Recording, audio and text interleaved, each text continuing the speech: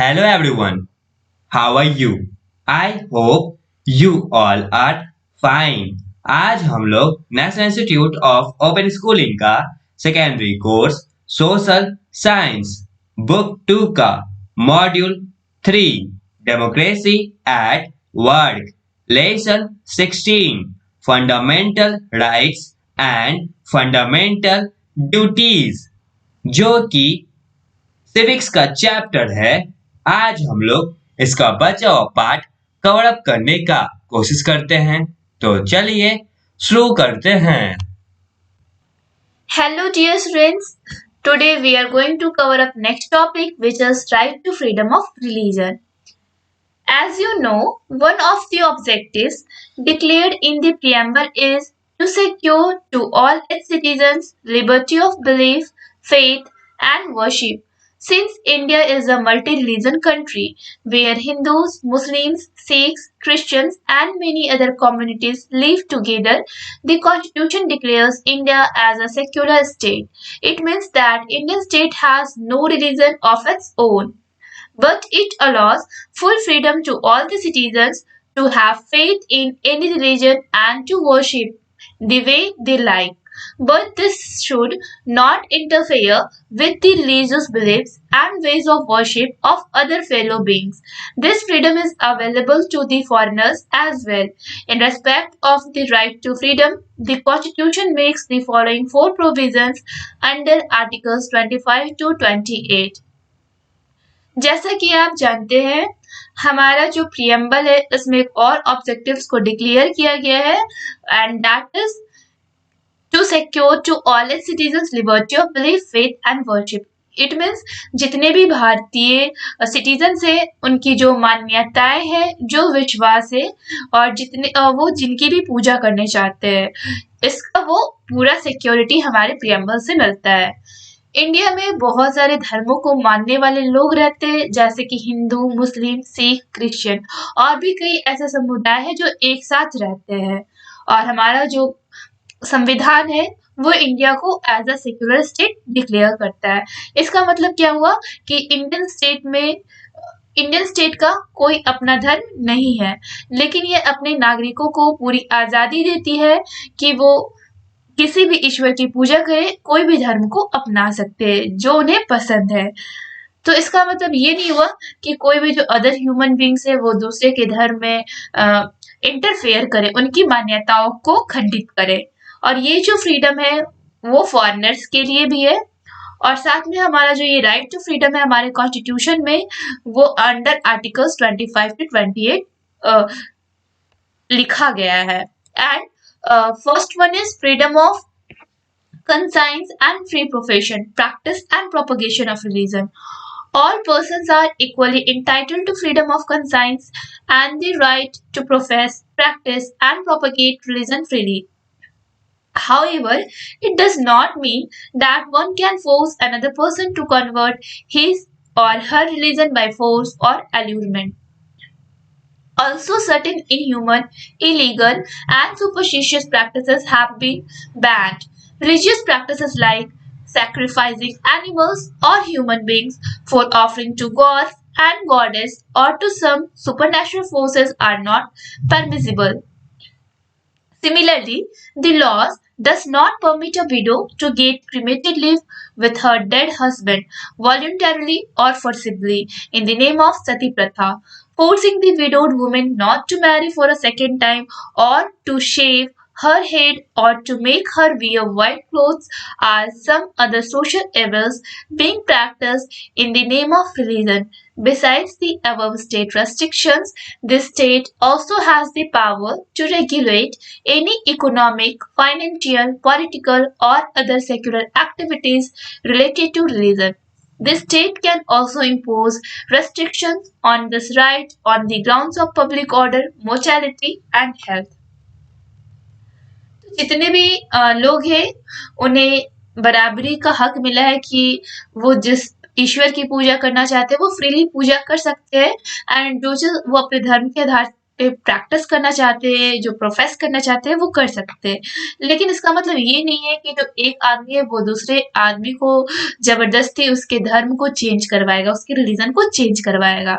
और हमारे धर्म के नाम पे भी जो कुछ लोग होते हैं वो अ, अमानवता वाला काम करते हैं, और जैसे कि कोई अनोखा प्रैक्टिस करते हैं, जैसे कि धर्म के नाम पे जानवरों का या इंसानों का बलिदान देना किसी भी देवी या देवता को, और या फिर कुछ अदर सुपर नेचुरल पावर्स को, जो कि कॉन्स्टिट्यूशन इस पे रोक लगा चुका है।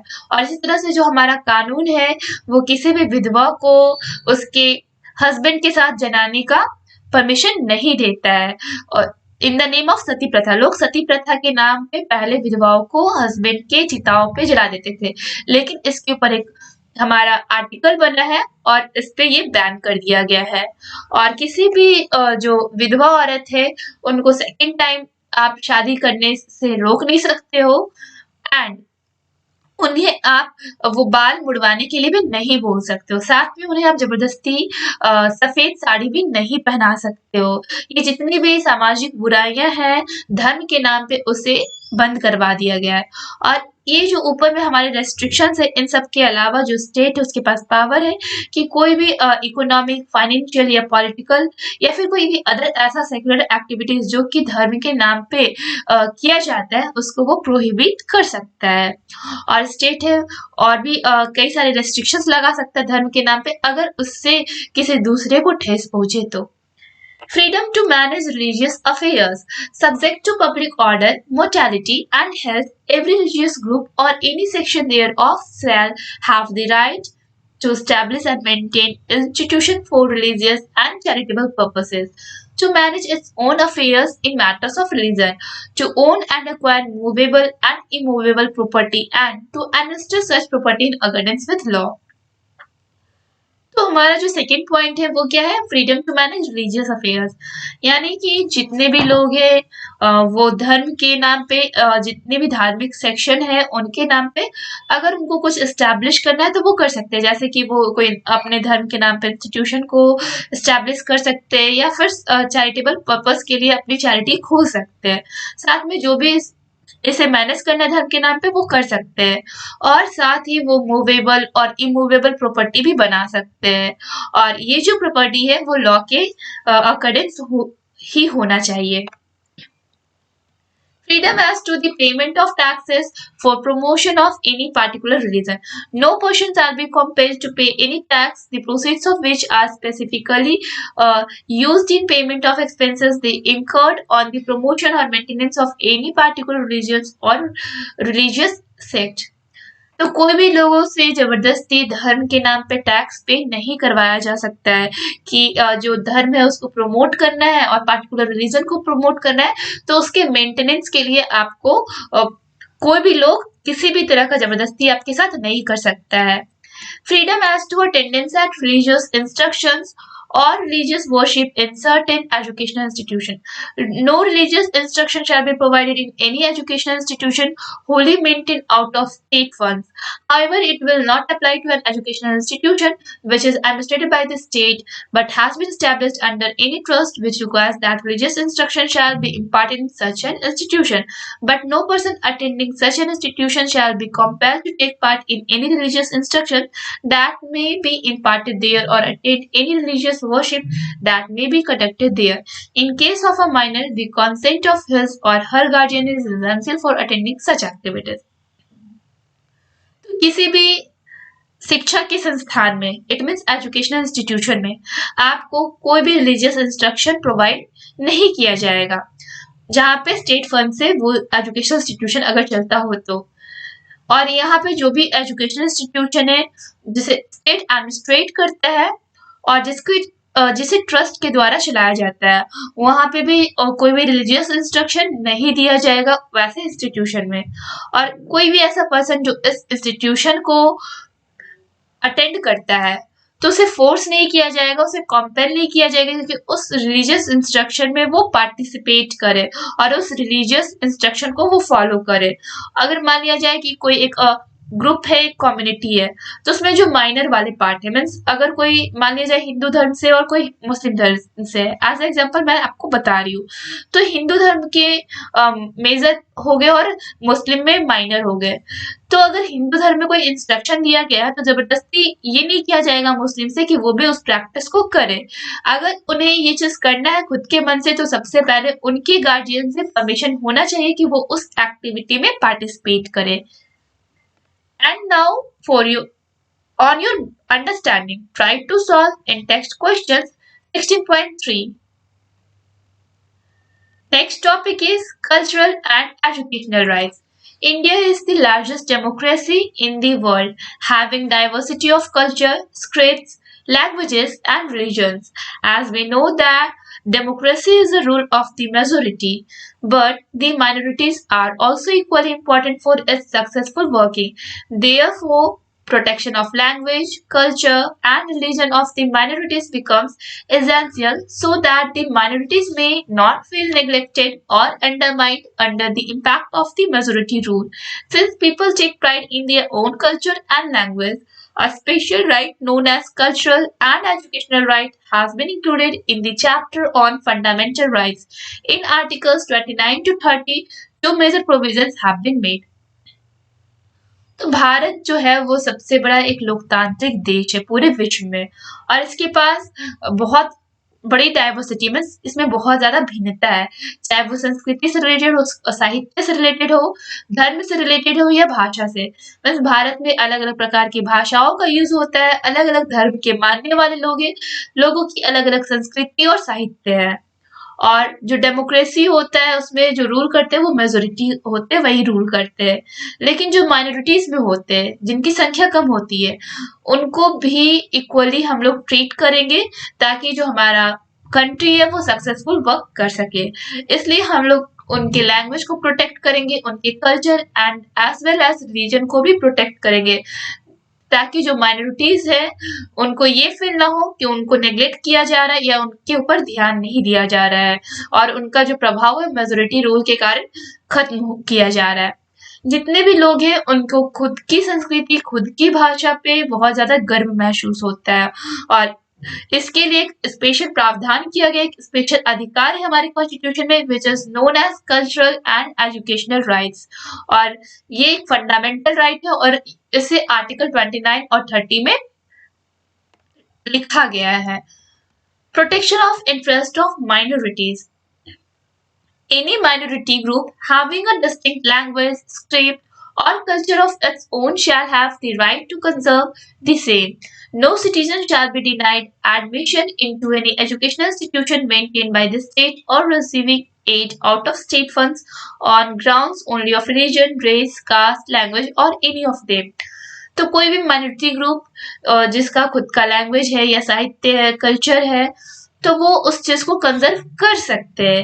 कोई भी नागरिक को जबरदस्ती किसी भी एजुकेशनल इंस्टीट्यूशन में एडमिशन नहीं दिया जाएगा जो स्टेट फंड के द्वारा चलाया जाता है या स्टेट के द्वारा चलाया जाता है, कि हाँ अगर वो सेम रिलीजन या रेस, कास्ट, लैंग्वेज किसी भी चीज से सेम है तो हम लोग उसको जबरदस्ती वहां पे एडमिशन करवाते हैं। ये चीज बिल्कुल गलत है और ये हमारे कॉन्स्टिट्यूशन में भी प्रोहिबिट किया गया है।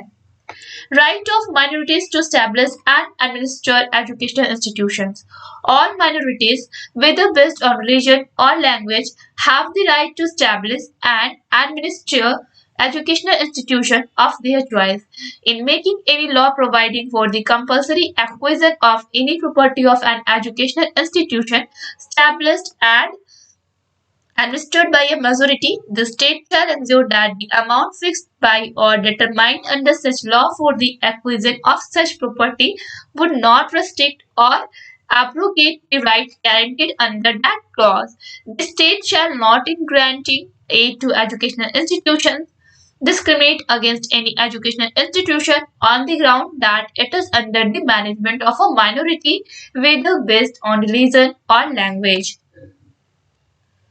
तो जितने भी माइनॉरिटीज हैं चाहे वो रिलीजन है या फिर उनका लैंग्वेज है, उनके पास खुद का अधिकार है कि वो अपने एजुकेशनल इंस्टीट्यूशन को अपने चॉइस के उसमें जाके वो एडमिनिस्टर कर सकते हैं।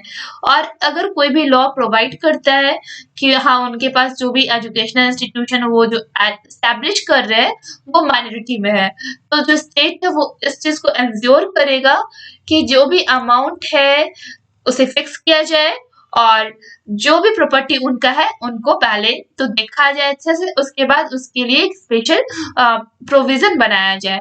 और जो स्टेट है वो ये भी गारंटी करेगा कि जितने भी एजुकेशनल इंस्टीट्यूशन है उनका कोई भी डिस्क्रिमिनेशन, उनके साथ भेदभाव नहीं किया जाए एजुकेशनल इंस्टीट्यूशन या फिर किसी भी मैनेजमेंट की लेते हुए कि जो भी माइनॉरिटी ग्रुप का है उनको पहले स्टेट भी हेल्प करेगा मैनेज करने के लिए, चाहे वो कोई भी धर्म से हो या उनकी कोई भी भाषा हो। Right to constitutional remedies. Since fundamental rights are justiciable, they are just like guarantees, they are enforceable as every individual has the right to seek the help from courts if they are violated. But in reality, it is not so. Encroachment or violation of fundamental right in our day-to-day life is a matter of great concern, which is why our constitution does not permit the legislature and the executive to curb these rights. It provides legal remedies for the protection of our fundamental rights. This is called the right to constitutional remedies stipulated in Article 32. When any of our rights are violated, we can seek justice through courts. We can directly approach the Supreme Court that can issue directions, orders, or writs for the enforcement of fundamental rights.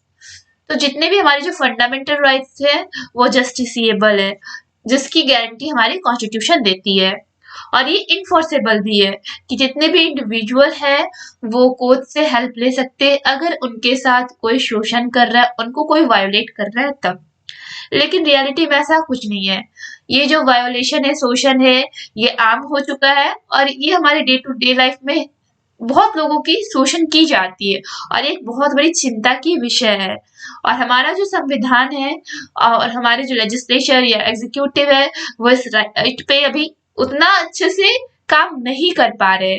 तो जितने भी हमारे जो legal remedies है fundamental rights को protect करने के लिए, पहले तो हम लोग को ये चीज इसके ऊपर ध्यान देना है जिसे हम लोग राइट टू कॉन्स्टिट्यूशनल रेमेडीज बोलते हैं, और ये आर्टिकल 32 में लिखा गया है, जिसमें से हमारा कोई भी राइट्स को अगर कोई शोषित करता है तो हम लोग उसके न्याय के लिए कोर्ट में जा सकते हैं और हम लोग डायरेक्टली सुप्रीम कोर्ट भी अप्रोच कर सकते हैं अगर हमें कोई भी इश्यू होता है अपने फंडामेंटल राइट्स को प्राप्त करने में। Next one is right to education, RTE. The right to education is added by introducing a new Article 21A in the chapter on fundamental rights in 2002 by the 86th Constitutional Amendment.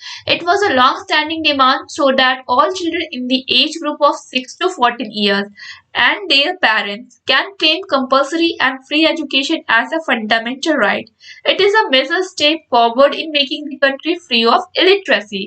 But this addition remained meaningless as it could not be enforced until 2009 when the Parliament passed the Right to Education Act 2009. It is this act which aims at ensuring that every child who is between 6 to 14 years of age and is out of the school in India goes to school and receives quality education that is his or her right. तो RTE को थोड़ा अच्छे से समझना, ये कभी कभी question में आ जाता है।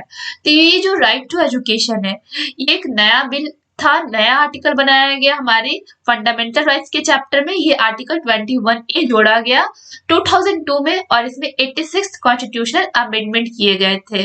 और ये बहुत लंबे समय से डिमांड किया जा रहा था कि जितने भी बच्चे हैं जिनका एज ग्रुप 6 से 14 वर्ष है और उनके जो पेरेंट्स है वो क्लेम कर सकते हैं अपना फ्री एजुकेशन फंडामेंटल राइट के तहत। और ये एक बहुत बड़ा मेजर स्टेप था जिससे हमारी जो कंट्री है वो इलिटरेसी से, अशिक्षा से फ्री हो सके। और ये जो एडिशन है हमारा कॉन्स्टिट्यूशन में ये तब तक मीनिंगलेस था जब तक कि इसे पार्लियामेंट के द्वारा 2009 में पास नहीं किया गया और ये एक्ट उस time right to education act के नाम से जाना गया, जो कि 2009 में पास किया गया। और इस एक्ट का लक्ष्य था कि जितने भी बच्चे हैं जिनका एज ग्रुप 6 से 14 वर्ष है और वो इंडिया में है और वो स्कूल नहीं जाते हैं, तो उन्हें स्कूल जाना है और उन्हें क्वालिटी एजुकेशन रिसीव करना है और ये उनका फंडामेंटल राइट है, मीन्स ये उनका अधिकार है। Now, based on your understanding, try to solve in text questions 16.4.